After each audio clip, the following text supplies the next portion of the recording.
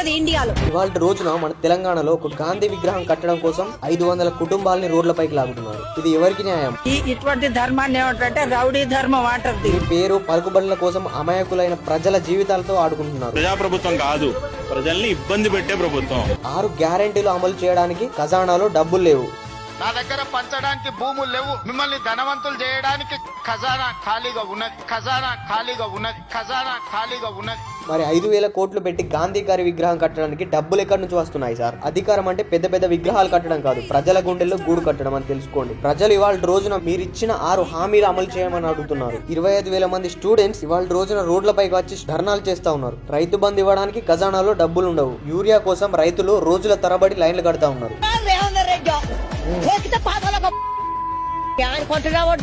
తెలంగాణలో టెంపుల్స్ మీద దాడులు అయితే పట్టించుకోరు. చిన్న పిల్లల నుండి హయ్యర్ ఎడ్యుకేషన్ చదువుతున్న పిల్లలందరూ ఇవాళ బేసిక్ ఫెసిలిటీస్ కోసం రోడ్లు ఎక్కి ధర్నాలు చేస్తా ఉన్నారు.